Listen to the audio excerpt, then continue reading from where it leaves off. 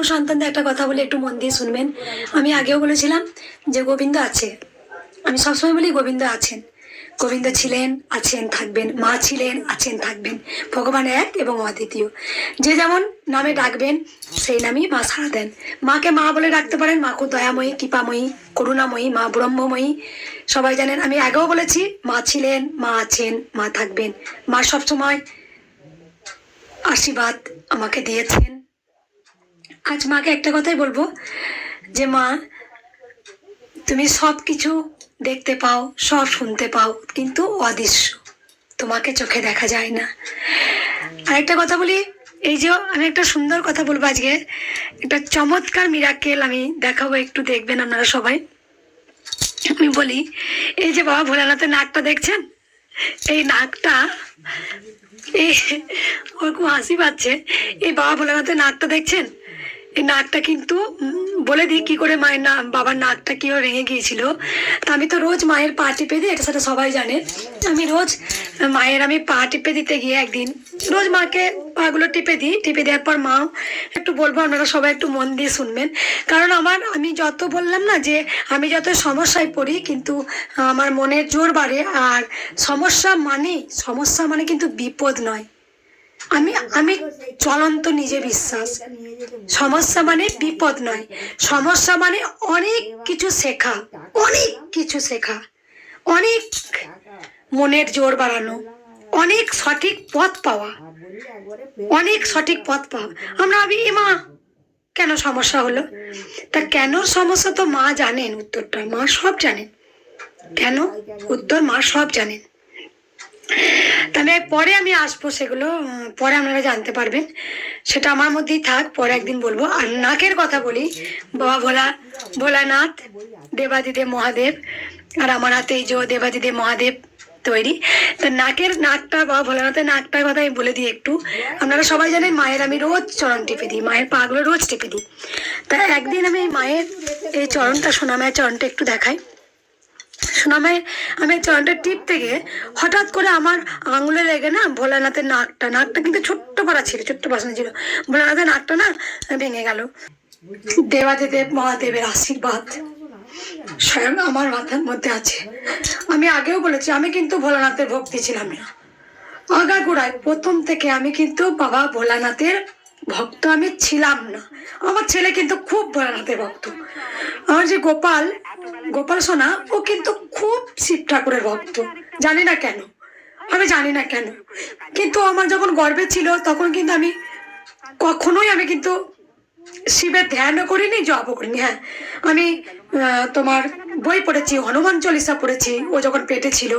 আমি আগেও বলেছি আমি কিন্তু কোনো নিয়ম নীতি মানতে পারি না বাবু। আমি আমার মতো আমি কোনোদিন কেউ আমাকে ওই ছোট থেকে, আজ বলে নয়, আমি ছোট্ট থেকে খিল দিতাম। আর উর্মি তখন ছোটবেলায় পড়তে যেত বা পড়তো, আমি তখন ওর পাশে বসে আমি পড়তাম। তখন আমি 108টা গোবিন্দ নাম পড়তাম, তারপরে হনুমান চল্লিশা পড়তাম। এগুলো পড়েছি আমি একদম হতে যাওয়ার আগে পর্যন্ত কিন্তু পড়েছি। গোপুসোনা আমার হওয়ার আগে পর্যন্ত আমি কিন্তু, গোপাল হওয়ার আগে পর্যন্ত আমি কিন্তু পড়েছি। আর ভগবান শ্রীকৃষ্ণ হরি নামটা আমি রোজ মোবাইলে চালিয়ে দিতাম। আমাদের ক্যাসেট ছিল তখন, আমি লাগিয়ে দিতাম হরে কৃষ্ণ রোজ সকালে কিন্তু হতো। আমার ভীষণ ভালো লাগতো হরে কৃষ্ণ হরিনাম যেখানেই হতো, কিন্তু আমি ছোট্ট থেকে হরিনাম আমার কানে মধুর লাগতো। আমার যেখানেই হরিনাম হয় আমি সেখানে গিয়ে আমি চলে যাই। জানি না আমার আমাকে প্রাপ্ত হয়েছে। আমি পরে আমি বলবো এই কথাগুলো। নাকের কথাটা আমি আবার আসি, ফিরে গিয়েছিলাম, আমি হারিয়ে গিয়েছিলাম কথা বলতে বলতে। আবার দেবাদিদেব মহাদেবের কাছে আমি ফিরে এলাম আবার। তা মায়ের চরণ টিপ থেকে বাবা ভোলানাথের নাকটা দেখো ভালো করে, সবাই একটু দেখবেন। হ্যাঁ, নাকটা না আমার আঙুলে ভেঙে যায়। আমি খুব মায়ের কাছে বসে কাঁদি, মা কেন তোমার পা টিপ থেকে আমার বাবার নাকটা ভেঙে গেল, কেন ভেঙে গেল? আমার ছেলে কিন্তু ভীষণ দেবাদিদেব মহাদেব ভক্ত, ও যদি দেখে না নাকটা ভেঙে গেছে ও কিন্তু কাঁদবে। গোপাল তো প্রচন্ড দেবাদিদেব মহাদেব ভক্ত, কাঁদবে, কিন্তু মা নাকটা ভেঙে গেল। দুদিন নাকটা ভেঙে পড়ে আছে। আমার টেনশন। আমি মাকে জিজ্ঞাসা করছি, ও মা কেমন করে নাকটা, কি করবো বলো মা, কেমন করে নাকটা ভেঙে গেল? তা মানে আমার সেদিনকে একটা চমৎকার মিরাকেল হয়েছে, সেটা বলার কথা নয়। আমি বসে বসে ভাবছি। তা স্বয়ং মনে হলো, আরে মায়ের নাকটা কি দিয়ে আমি তৈরি করবো? বাবার নাকটা আমি নাকটা কি দিয়ে তৈরি করবো? তা গঙ্গা মাটি, কোনো এক ভক্ত আমাকে গঙ্গা মাটি দিয়ে গিয়েছিলেন। সেই গঙ্গা মাটিটা বাড়িতে রাখা ছিল মায়ের কাছে। মায়ের ঘট ফট কোনো সময় কিছু হলে গঙ্গা মাটি দিয়ে দিই। সেই গঙ্গা মাটিটা নিয়ে এসে আমি জানি না কেমন চমৎকারের মতো হলো, আমি সেই একটু মাটি নিয়ে যেই বাবার নাকটাতে বসেছি, যেন মনে হচ্ছে স্বয়ং বাবা নাকটা বসিয়ে নিল। আমি তো মাটির মূর্তি বানাতে পারি না, আমি কিছু করতে পারি না, আমি নাকটা কেমন করে করব? তা নাকটা একবার সবাই দেখুন, একবার বাবা ভোলানাথের নাকটা আমি একটু দেখাই। নাকটা একটু দেখবেন, নাকটা দেখুন, নাকটা নাকের মতো হয়েছে। তা যাই হোক, আমি এটা আবার নাকটা আমি যেই গঙ্গা মাটিটা আমি দিয়েছি, পুরো নাকটা যেন নিজে থেকে বসে গেল, নাকটা নিজে থেকে তৈরি হয়ে গেল। আরে এত সুন্দর ভোলানাথের নাক, কি সুন্দর মনে হচ্ছে আমার, পুরো একদম কোনো যারা মূর্তি বানান তারা মনে হচ্ছে বসিয়ে দিয়েছেন। আমি নাকটা করে ফেললাম। মা, আমি বাবা নাক করে দিয়েছি মা গো, মা আমি বাবা নাকটা করে দিয়েছি মা, মা আমি পেরেছি মা, মা আমি পেরেছি মা, আমার হাত দিয়ে নাকটা খসে গেছিল, আমি নাক করে দিয়েছি মা বাবার। তা আমার এত খুশি আছে দেখুন।